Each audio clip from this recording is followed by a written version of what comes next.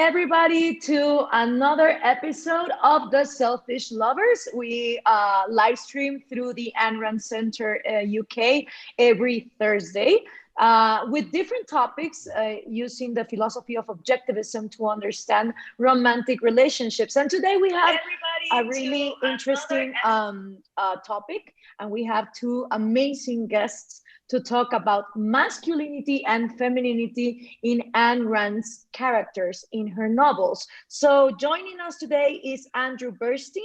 He's a PhD in philosophy, author of various books, including the book Heroes, Legends, and Champions. Andrew also did an article on the so-called rape of the Fountainhead, and we're gonna discuss a little bit about that. So thank you, Andrew, for being with us. And we thanks for having me on, Gloria. Thank you. And also joining us is Mark Pellegrino. He is an actor, objectivist, and also all around a great guy. He wants to describe himself like that.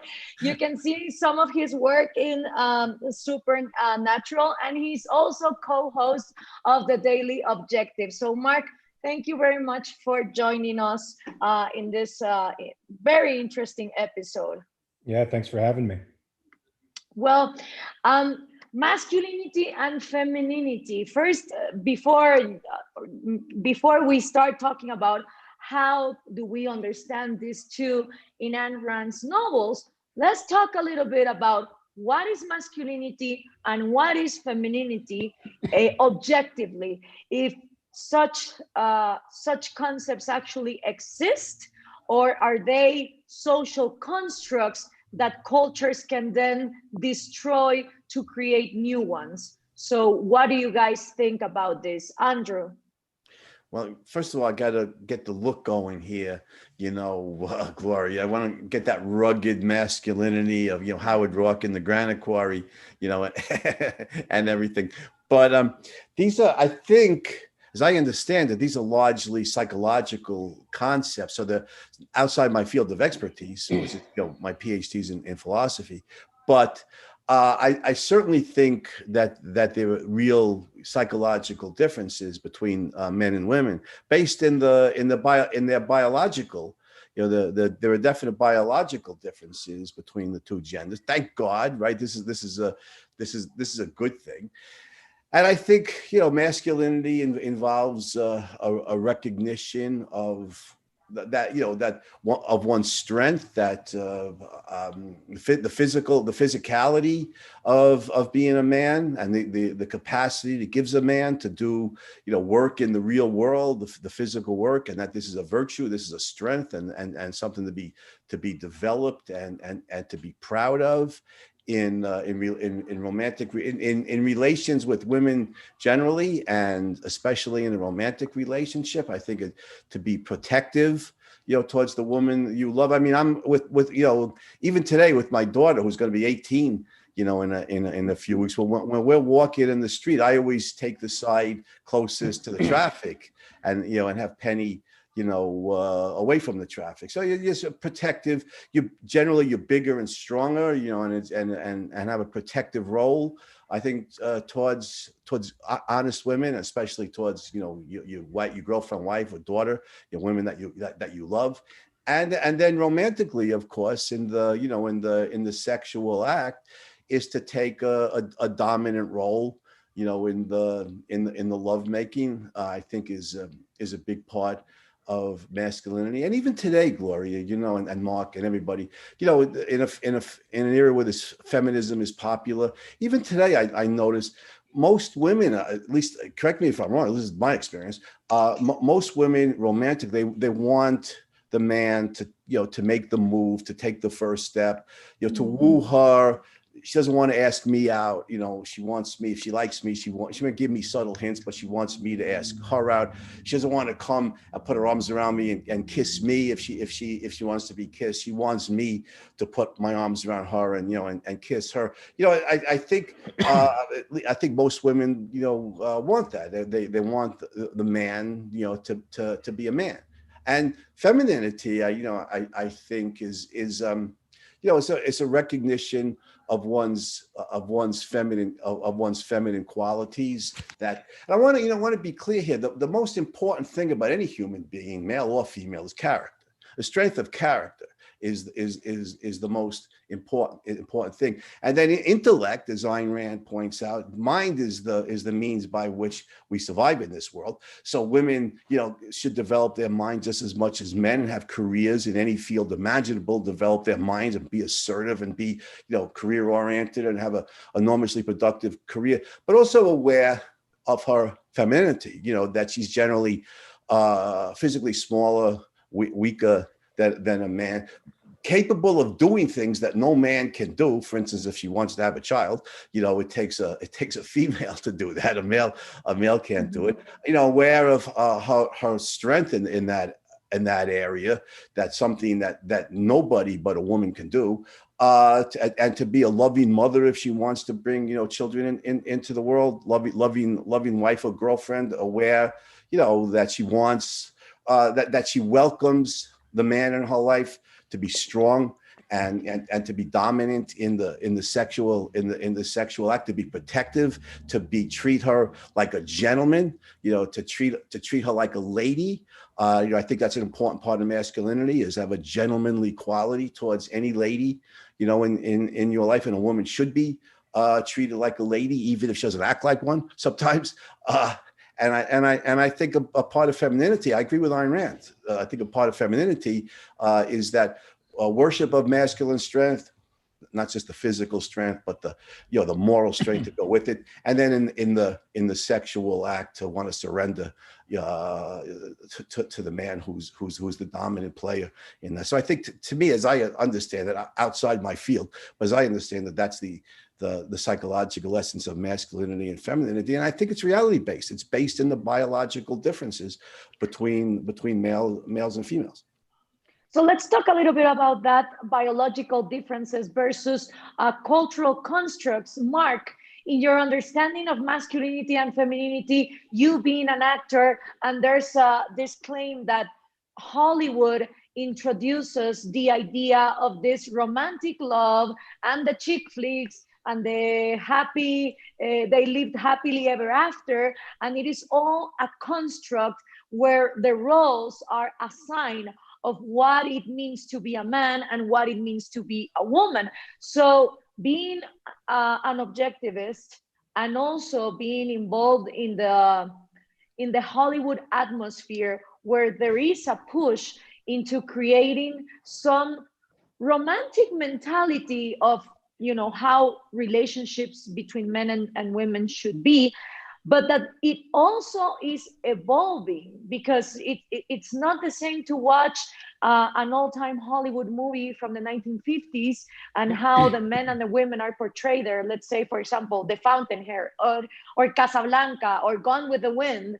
Then if you move to the 80s and the 90s, and there was this romantic, funny chick flicks, until today, where the political correctness and the gender fluidity is also influencing Hollywood and the culture into showing us what are the roles of masculine and feminine. Yeah, well, I think the degree to which Hollywood is pushing back on what are social constructs, it can be interesting. It can press boundaries in a way that gets us to look at masculinity and femininity in original and interesting ways that we haven't before. But the degrees to which they're actually trying to obliterate identity is an entirely different concept to me. And I don't know where that line is, because I'm certainly not a specialist in that field. I agree with Andrew that so much of our masculine, feminine identities are an intermixture of biology, and just simple biological facts, and social constructions. But some of those social constructions are also recognitions of our biological differences. So pushing back on superficial constructs that can that widen the circle, so to speak, of masculinity and femininity isn't necessarily unhealthy. It's the type that obliterates identity that I think is wrong. Somebody asked me the other day, there was a picture of Harry Styles on the cover of maybe it was Cosmopolitan, I don't remember what magazine it was. he was wearing a dress. And somebody asked me how I felt about that. I said, well, I could think of a number of people in history who wore a dress, and if I questioned their masculinity, could cleave me in two with their broadsword.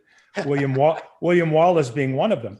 Styles of clothing aren't necessarily a reflection of biological differences. They're more or less, those are the types of things that are acquired by our culture. And William Wallace wearing a skirt doesn't make him any less masculine. But if Harry Styles is trying to obliterate actual differences, actual biological difference, if he's trying to destroy the concept of identity itself, and to claim that identity is something we just place on things, it's a mental artifice, it's a philosophical artifice that can be obliterated at any time. That kind of rationalism, I think, is very dangerous. So we were talking about in another episode of the Daily Objective of how is a romantic love possible into two persons that admire each other. And also in one of the events of the Ayn Rand Center UK, we were discussing Ayn Rand's views as to women being president. And she said that a great part of femininity was admiring her masculine hero. And if a woman tries to be a president of a nation, then she would be going against having that masculine hero to admire. But if at some point the role of femininity is to find that masculine hero, and you cannot find that in the culture, wouldn't it be then objectively understandable that a woman would have other aspirations in life, even to be president or prime minister of a nation? If we are in a position of crisis, of heroic crisis, then wouldn't that push for more individuals to stop pursuing a romantic relationship with someone that they can admire, and then just having like individual personal goals, or maybe only friendships? Whom is that directed to? Is that directed to me or Andrew? Let's start with Andrew, and then you can also comment on that one. Okay. All right. Well, Gloria, let me get my aviators back on, so I have a good, good manly and heroic look here. And by the way, before I answer your question, this is just for show, obviously, but I wanted to go back to the original question briefly and say, I don't think I stressed enough, I think for masculinity and manliness, how important it is to be a gentleman. And I say, you treat a lady with respect. And it reminds me, what's that Somali woman? Here's Ayan Hirsi Ali. Yeah, that's right. Who said, who grew up in Somalia as a Muslim. Women are persecuted often under Sharia law in Islam. And she was visiting in the West, and they were entering a building or something, and somebody said, "Ladies first." And she said, "Ladies first." She said that's when she fell in love with Western culture. That's the kind of attitude I think a real man has. Ladies first, and you always treat a woman with respect. But anyway, to answer your question, notice in Ayn Rand's essay, she never says that she doesn't think a woman could do a good job as president. Clearly, Dagny Taggart, who's brilliantly capable, if she was in politics rather than engineering and railroading, she could do a brilliant job as president. What Ayn Rand believes is that a healthy woman, psychologically healthy woman, wouldn't be happy as commander in chief, giving orders to all the men, that she would want some man to look up to and give those orders, especially in the military. Now, Ayn Rand has better insight into feminine psychology than I do. I don't know whether that's true or not. I'm just speculating here. My guess is she's probably right. But a whole bunch of points that I would say. First of all, one of my heroes of 20th century politics, without a doubt, is Margaret Thatcher. I think she was, flawed, as all politicians are flawed. But I think she may be the leading example of the best politician, of late 20th century America. As politicians go, very, very committed to individual rights with flaws, but relative to anybody else, she was the best. So I'd love to see somebody like that in the United States get elected president. Kristi Noem, for example, governor of the state of South Dakota. I think she's as liberty loving, I think more liberty loving than any prominent politician in this country. And I like Nikki Haley also. I think so. Here's the thing: if Ayn Rand's right, so I think they could do a better job as president certainly than anybody in the Democratic Party, and probably better than Trump, who's to me is a real mixed case. But if Ayn Rand's right, then she's not going to be happy, which is sad. I want her to be happy. If she's doing a good job as president, she certainly deserves to be happy. But I'm more focused on my own survival, and the survival of the people I love and the country I love. So I'd rather have a disgruntled Dagny Taggart as president, than a happy Donald Trump or a happy Joe Biden. But also, I think being president for 4 years or 8 years doesn't define your entire existence and your entire identity. Even if she's not happy, it's in certain aspects of the presidency, specifically being commander in chief of the U.S. military. She can still find enormous amount of fulfillment, in her. If she's married, if she has children, in her outside interests, doing a great job as president, helping to protect liberty in the country, even if she's not happy, in one specific aspect of it. So, as I'm just guessing here, I think Ayn Rand may be right about feminist psychology, but there's no question that a Dagny Taggart type could be a real life American version of Margaret Thatcher, who was like I said, I thought was the best politician of the last, I don't know, since Churchill probably. Yeah, and I think first of all, the giving orders to somebody, if it's incidental to what you're doing, obviously a Dagny Taggart type gives orders to people in Taggart Transcontinental all the time, and it doesn't make her feel empty. Whether she's giving orders to men or women. I think that if someone seeks a position of power over others, so that ordering others is sort of the dominant theme of their self-esteem, nobody's going to be, they're not going to be happy, period, man or woman. And I think people who seek power in that respect are fractured personalities and not capable of happiness anyway. I do see the idea that I think that a woman can seek to admire a more powerful individual, but that greater power can come in lots of different guises, and it doesn't necessarily have to be because she's the commander-in-chief of the armed forces of the United States, that there isn't somebody at home in her mind who has the types of values that she can admire and put on a pedestal as well. So I definitely think a woman president would be a great thing. It depends on her values and her orientation towards power.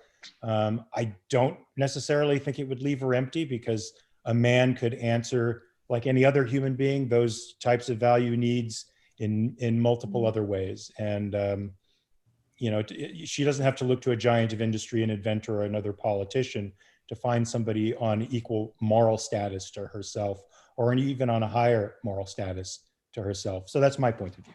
Regarding efficacy as president or prime minister, gender is irrelevant, right? Gender is irrelevant, race is irrelevant, all that's irrelevant. All that matters is principles and policies, moral character, principles and policies. So gender is a non-issue as far as, I can keep using Margaret Thatcher as an example. I do think she's the best, head of state in many, many, many years in any country I could think of.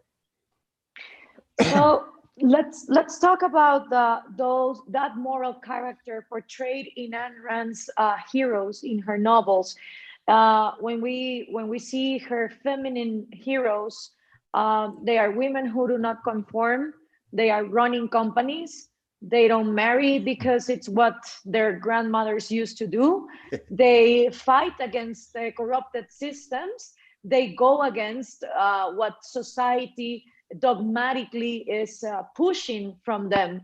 And this is a reality from Dagny to Dominic to Kira in We the Living.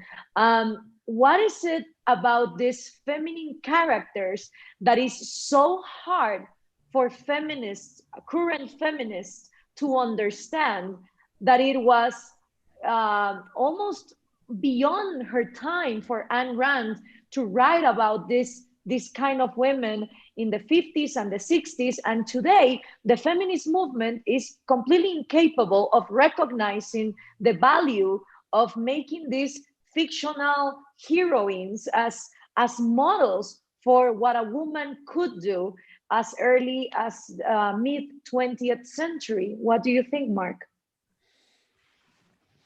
Um, um, let me see. Sorry, I got distracted by something. Could you rephrase that real quick? I had to do Yeah. business. So the current feminist movement is incapable of Oh yes, I remember. recognizing the Thank you very much. Sorry, I got distracted. Lost my train of thought.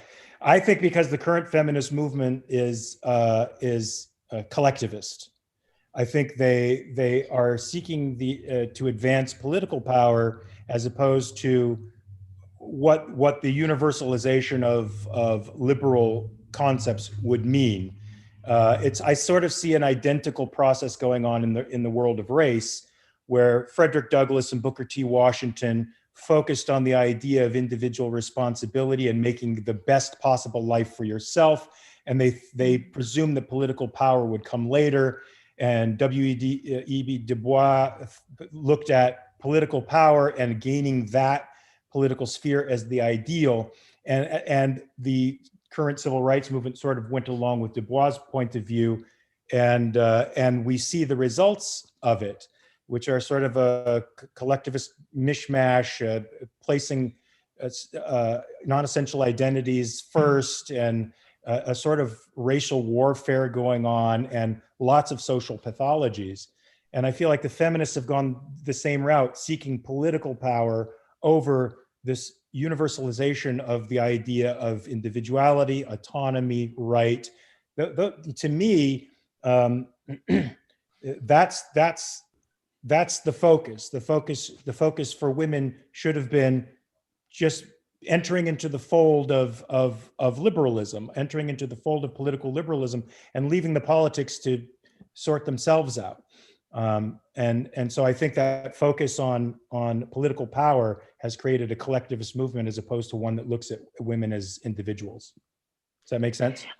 Yes, absolute sense, Andrew. And going deeper into the characters of these heroines, you explain in your article about the fountainhead and Dominique that one of the issues and contradictions that Dominique has is that she's an idealist but a pessimist, a philosophical pessimist, because although she admires heroic figures such as Howard Rourke, in her view of the world, the heroic figures are doomed to be miserable and to fail because the world does not compensate.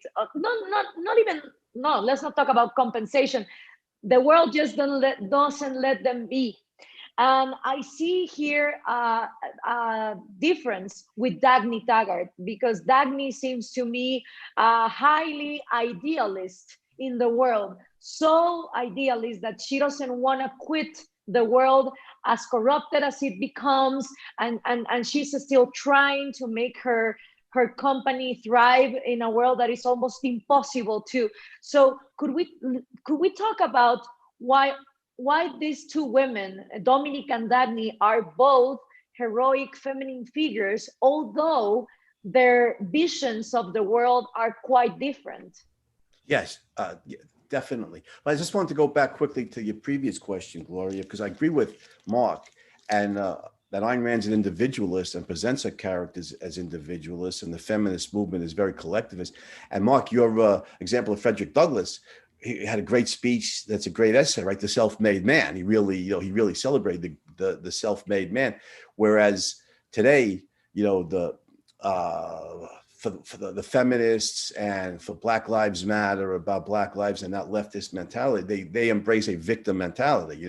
They're basically Marxist, and they see the world in terms of oppressor and oppressed groups, and the men oppress the women, the whites oppress the blacks, and so they've embraced a victim mentality, and they can't embrace these strong heroines, who are so individualistic. So that segues us into Dominique and Dagny, and Dominique. Yeah, is what I love about Dominique is she's my all-time favorite heroine in all of world literature, even though she's so, confused or mistaken, I would say, through much of the novel. But Ayn Rand has stylized her to emphasize idealism, and I'm talking about ethical idealism here. Metaphysical idealism is the idea that the world is pure spirit, or all spirit. But ethical idealism is the idea that human beings can be morally exalted, and we expect them to be. And Dominique is a passionate idealist, and she could be satisfied or be happy only with man at his highest and best, whether it's these Greek statuette that she loves, or Rock's buildings, or Rock himself.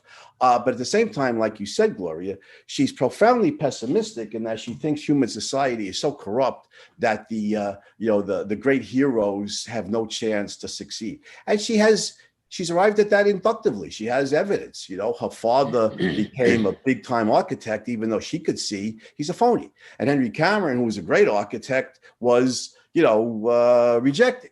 And similarly with Keating and Rock, and following the same trajectory that she sees. And, Gail Wyman, she thinks is corrupt, and he's a big commercial success. And Ellsworth too, she knows is evil. He's upheld by society as a saint. So she has reason to think, that society's corrupt, evil is powerful, the good guys are going to be trampled.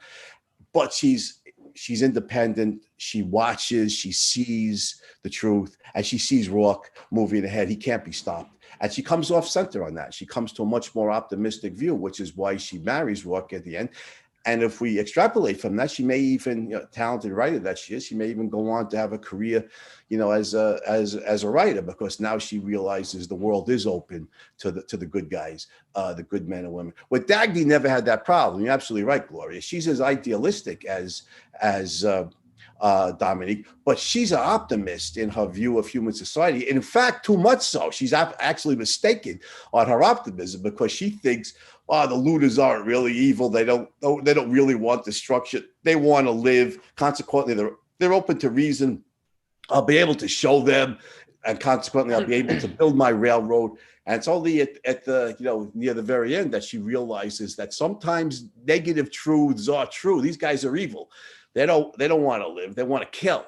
Is what they want to do. Even if they realize that, like a present day jihadist, that in killing the John Galts, 6 weeks or 6 months down the road, their own life is going to be lost. They're motivated by nihilism. They want to destroy values. They want to destroy. They want to kill. So Dagny's optimism, generally good, but mistaken regarding her assessment of the bad guys, and consequently, she's mistaken regarding her ability to win this struggle in the world. So she has to dial back the optimism, at least in that one context. So Dominique needs to move away from her pessimism to a more optimistic view of human society, and Dominique needs to dial it back, at least regarding the Tuohys from the Fountainhead, and the Jim Taggarts from Atlas Shrugged. They make an interesting comparison and contrast regarding heroines, Gloria. I think that's a really good question you raised.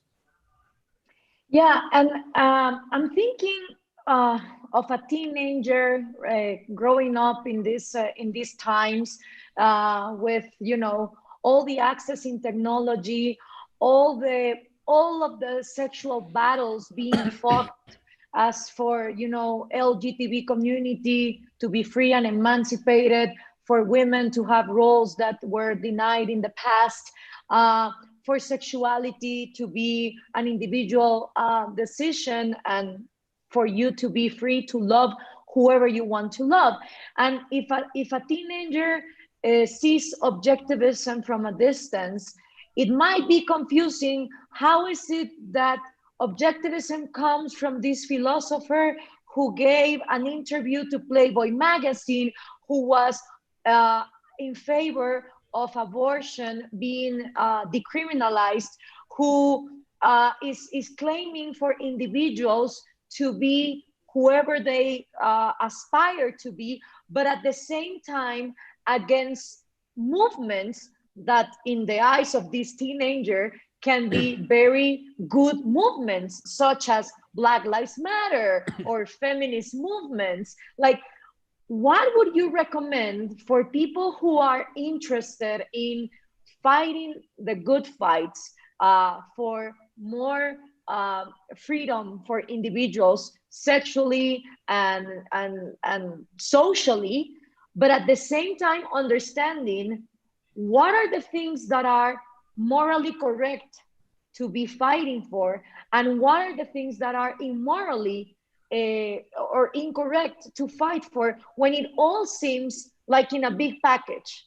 It seems like in the extremes and the bipolarity that has been created, if you are right wing, you have to be against all movements that are trying to advance in certain rights and freedoms. And if you are in the left, you have to completely deny that there's a masculine role and there's a feminine role. It's like these two poles are pulling against from reality, and it makes it difficult for teenagers to understand their place in the world, or how to understand why is it good to defend homosexuals, for example, to be free and marry whoever they want, but it is bad to be part of collectivist groups that want to, for example, subsidize transgender surgeries. How would you recommend for younger audiences to understand the difference in between the good things that need to be fought and that for centuries were never fought or never recognized, and the things that are actually completely mistaken and out of reality? I mean, I would say that to the degree, I would say that you cannot look at these movements as discrete things. And I think that these movements want you to look at them as discrete things, completely separated from a universal human need for, say, rights, for the universalization of rights. And these temporary groups can come together to highlight the fact that individual rights need to be universalized, or that moral arc needs to spread out further to incorporate them. But at the moment, the left is using these discrete movements to sort of break off the concept of right from its universal grounding. And they're fighting identity in their own way, and the right is fighting identity in it too as well. So to a kid, I would say, I said this online and I think it disturbed some people for some reason. I said trans rights are individual rights. And if people just started looking at just expanding the sphere of individual rights to incorporate everybody, we wouldn't have to split off into these groups and act as if they're discrete phenomena. And then these discrete groups go and push an agenda that becomes about political dominance. Instead of universalizing rights, they then try to gain the levers of power and shift things in favor of their group. And I would say that's what the right, in many respects, is trying to fight against. Atomization into multiple groups that are trying to vie for the levers of power, as opposed to distributing rights amongst everybody the way it should be. Does that make sense? Makes dollars. Good. No, I agree with you, Mark, and I think we need to make and it's a good question, Gloria, about, because young people can be tormented by for instance, by issues of their sexuality, and I think we need to make a distinction between the political issues here and the underlying philosophic or metaphysical ones. And metaphysics, of course, is the part of philosophy that studies the nature of the universe taken as a whole. So politically and legally, I think Mark's absolutely right. We need to embrace individual rights fully. Whether somebody's white or black or Asian or Latino or male or female, straight or gay, or bi, somebody have consenting adults have the right to do as they will, so long as they don't initiate force or fraud against other people. So individual rights are critical here, and applies to everybody. And I strongly disagree with the collectivist mentality today that divides the world into, again, you see Marx's influence, the dividing the world into the oppressed, the oppressor, and the oppressed. And it puts us in this social conflict.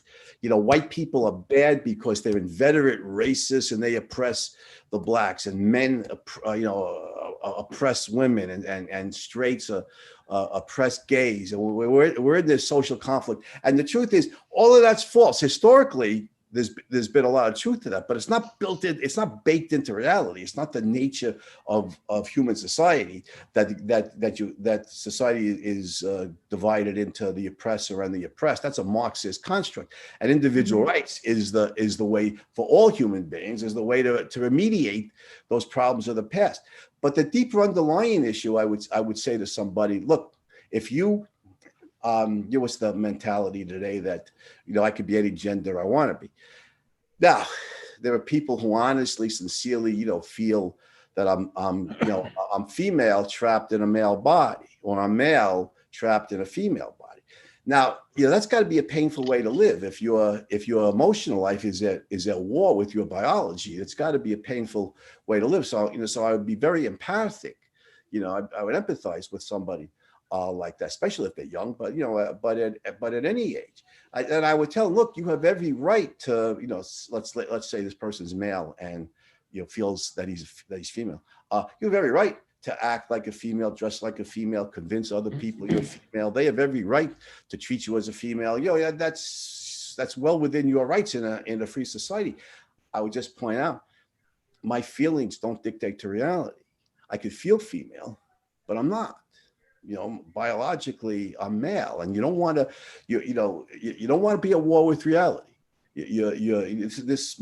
My gender identity is hardwired into biology, and the facts and laws of biology don't change simply because I wish them to, or a group of people wish them to, or the government thinks that they can legislate that you could be any gender you want to be. Reality is. It just is. It's not malleable. It's not, it's not negotiable to any individual, any group of individuals, or the government. And I would just close out with one story here that's maybe true. It's attributed to Abraham Lincoln. May be true. It may be apocryphal, but they say Lincoln was addressing a backwoods audience once, and he asked the people, if we call a horse's tail a leg, how many legs will the horse then have? And the audience answered 5. The horse will have 5 legs. And Lincoln responded, no, the horse will have 4 legs, because calling a tail a leg will not make it so.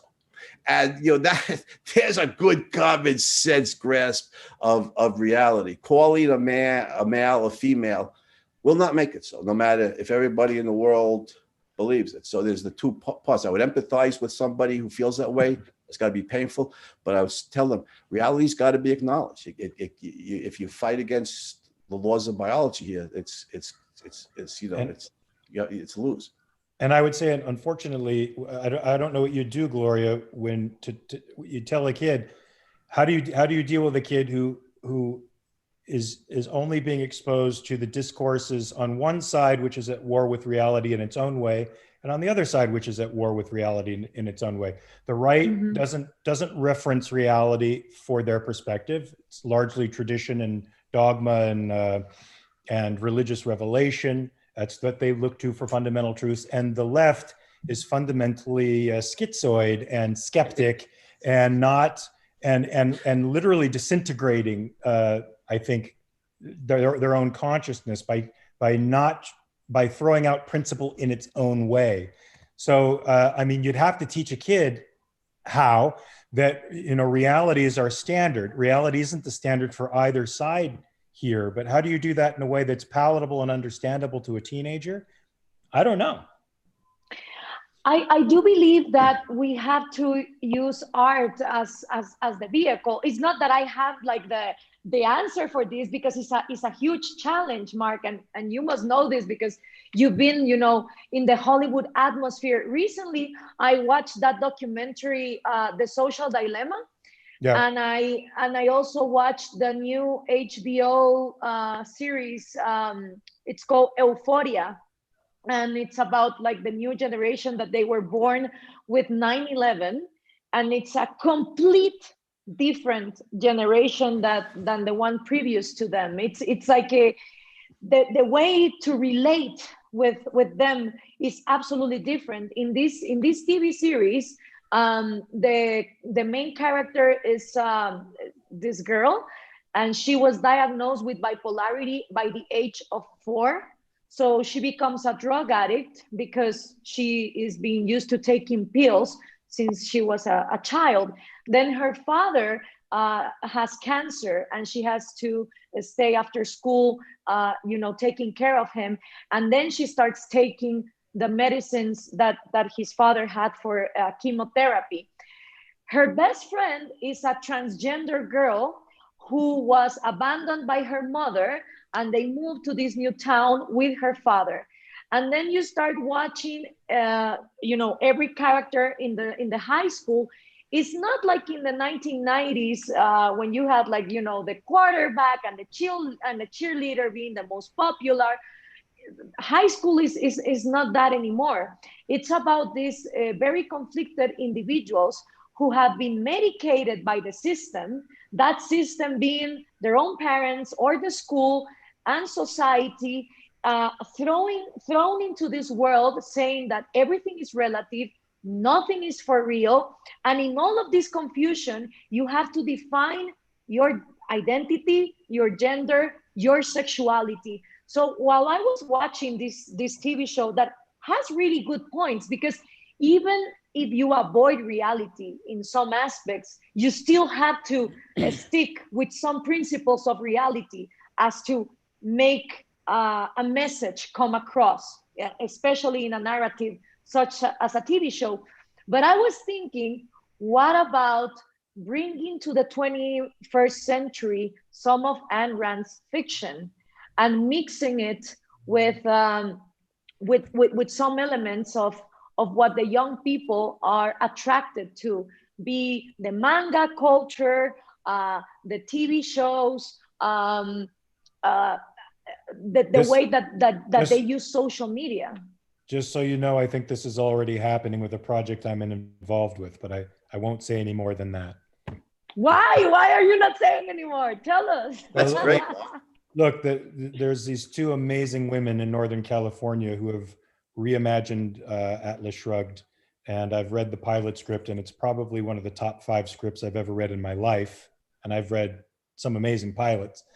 I think it really works. I think it's got a combination of elements and character that would really jive with kids today, with the younger set, with people who have an automatic knee-jerk hatred for Ayn Rand. Just the characters in and of themselves and the way they're reimagined will blow that out of the door immediately.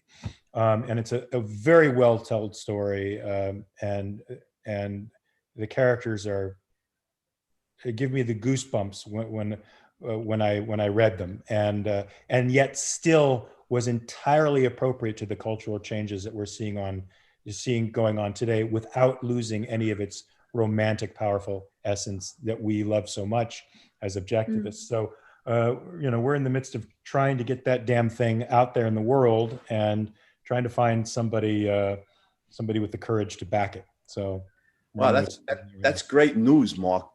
Best of success with that. Give you two thumbs up. Gloria, I certainly agree with you. I think Ayn Rand's, can speak to a lot of young people. But there's a couple of points I want to make. Remember, I'm in the universities every day, so I get the graduates from the public educational system. I can tell you the bad news and then the good news. The bad news is a lot of the American schools.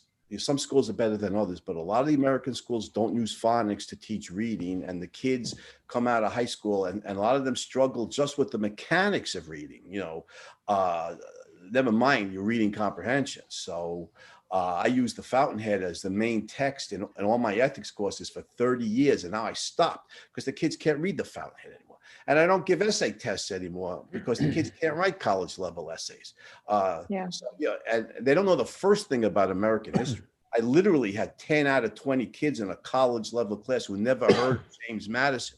They never heard of the guy who's a lead author of the US Constitution and virtually the sole author of the Bill of Rights. They never heard of him. So their education is terrible. A lot of them can't read Ayn Rand's novels. Now, you got to reach the elite kids. They could still, the top students, they could still read it. But I'll tell you the good news. The overwhelming majority of the kids know what their gender is. You know, the 18-year-old boys overwhelmingly know that they're boys, that they're male, and the overwhelming number of 18-year-old girls, 19, 20, 21, know that they're female, and they accept it. They don't fight reality. You know, reality is powerful, you know, and on this issue, the kids are, it's much easier to brainwash somebody about the political views. It's much easier to brainwash them that socialism is better than capitalism, or that, you know, pernicious warming is global warming is man-made and harmful to life on Earth. It's much easier to brainwash kids on that than that you could be any gender you want to be. I mean, you know, the reality is too impactful on the gender issue for most people. So the good news is the boys recognize they're male, they accept it, they have no problem with it. The girls recognize they're female, they accept it, they have no problem, they have no problem with it, and they could celebrate that, you know, in romantic relationships. And the good news is, your biology is so palpable that it's hard to propagandize on that. Although, as trends go on, if that continues, and people become less and less literate, it may be possible to brainwash them more and more. It's horrible. This is a war against reality. Again, I think we should be empathic towards anyone who feels, you know, emotionally that they're a woman trapped in a man's body or something like that, because that's got to be a painful way to live, and I would certainly, you know, empathize with that. But we always have to assert reality is what it is. It doesn't change because I feel like it should, or society feels like it should, or the government, you know, legislates against it. There's a lot of history showing us the disasters that accrue when government believes it can legislate reality. I'm just thinking of Mao, Stalin, and Hitler as three examples. I won't go into the details here, but, you know, three examples. They thought they could legislate the laws of agriculture, you know, whether the laws of genetics were passed by the Politburo under Stalin. But that doesn't work. And, you know, and it led to a tanking of, you know, agriculture in the Soviet Union. So, no, you don't want to have the idea that the government has the power to legislate reality. It's just, the government could legislate, yeah, you could be any gender you want to be. No, we're born into a certain gender. Reality is what it is. And most kids, the overwhelming number of kids in my experience, they understand that and accept that, including my daughter and all her friends. Mark, Andrew, we're almost out of time, and I want to thank you very much for all this insightful, not only answers, but also alternatives. And I really hope that from here, our audience gets more inspired into understanding why objectivism as a third option in between two wrong polarities has, you know, better answers as for individuals that are honestly seeking to be freer and happier. And I do believe that in these times where there is such a crisis, not only of masculinity and femininity, because the more the feminist movement pushes, the more they attack the essence of femininity, and also what it means to be male, and what are the good aspects of healthy masculinity. But also the political polarization, I think, is a great opportunity now that the United States is, passing through some really violent extremes in both sides. When there's violence, when there's chaos, there's also opportunity for people to look to new alternatives. And I think that this is where objectivism has a lot to offer to the culture and people looking for accurate answers.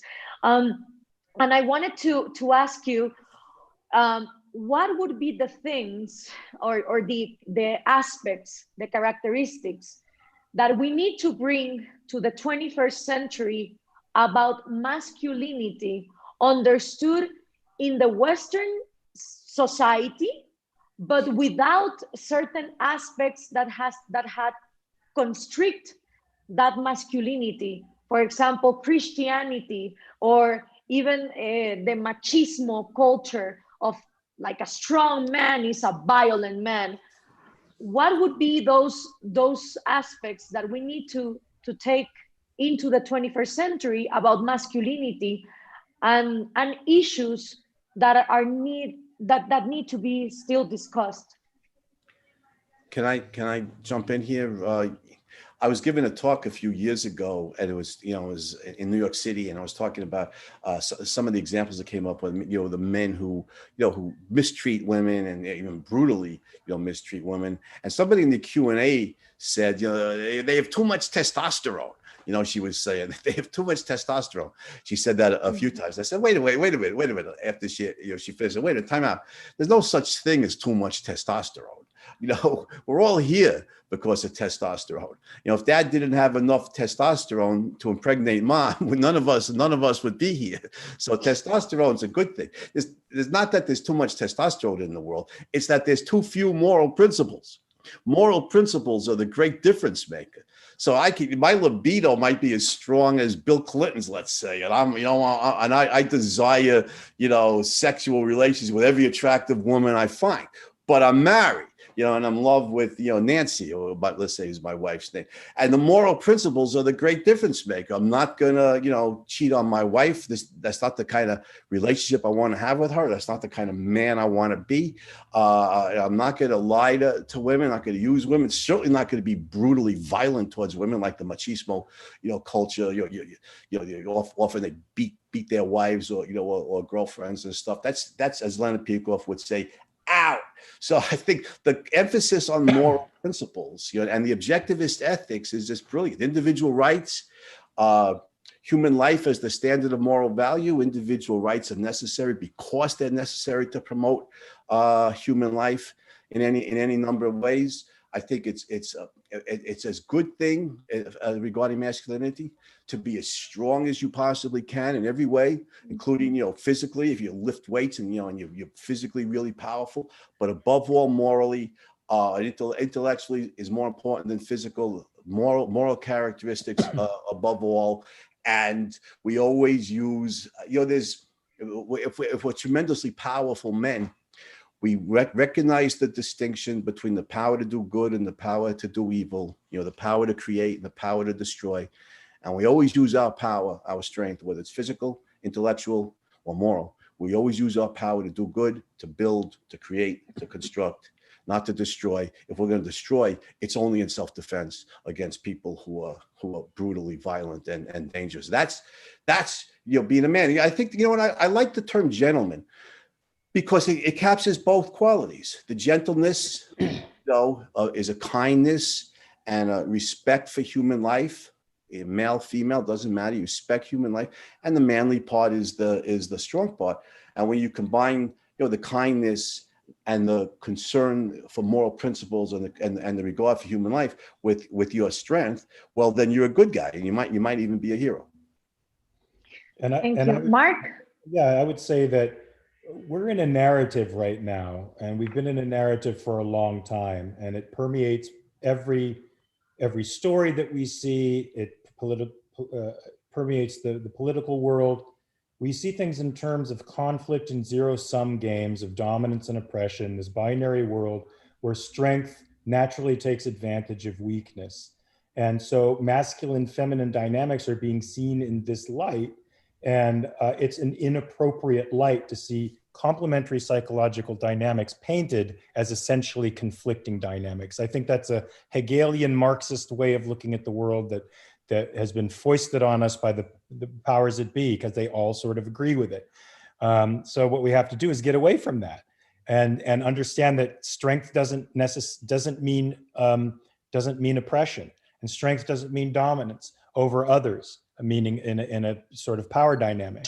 And nor does assertiveness necessarily mean the crushing of someone else. All of these things are dynamics of any individual who wants to live in the world, and they need not be in conflict with anyone else. And the masculine-feminine dynamic, however we've sort of defined it in this talk, are complementary dynamics to each other, complementary psychological dynamics to each other that have deep roots in biology. And let's not ignore them. let's not pretend like everything human is a construct that we make up from our imagination. No, we receive information and we draw conclusions from that. We are an integrated being, integrated with the world. We integrate the facts of reality, and that becomes what and who we are. So let's get away from this conflict ideology and into the notion that it's possible to be strong without hurting others. Thank you very much, Mark. Thank you very much, Andrew, for being with us in the Selfish Lovers, discussing these very important topics. And I hope that the audience gets more interested in learning about the books that Andrew has put out, and also the projects that Mark is having for us. And good luck with that, because we really need to have more artistic references, especially for the new generation. Remember that The Selfish Lovers is always a live stream through the Ayn Rand Center UK every Thursday. And I want to leave this 2 or 3 minutes that we have for any conclusion that you want to give to the audience, or how they can follow you on social media and learn a little bit more about these topics and other topics regarding objectivism. Mark. Yeah, you can follow me at Mark R. Pellegrino on Twitter. I'm the controversial guy that stirs the pot all the time. With respect to our conversation today, I think these are real psychological dynamics that have to be taken seriously. I think there's also a grain of truth to social construction that we have to pay attention to as well, and we have to know where our identity sits in that, and be mindful of always seeking the truth over some political ideology or social ideology. That's how I would punctuate this one. Thank you. Andrew. Yeah, I love the title, Selfish Lovers. Right. There's nothing more selfish than love, because being in love with somebody who's in love with you, having that reciprocity, and then you're treating each other lovingly. There's nothing in life that brings more happiness and joy, I think, than romantic love. And I believe it's the French, who say, vive la différence, celebrate the male-female difference. And I think we should. I think there's real wisdom there, even if it comes from the French. I think that's a joke, by the way. But I think there's real wisdom there.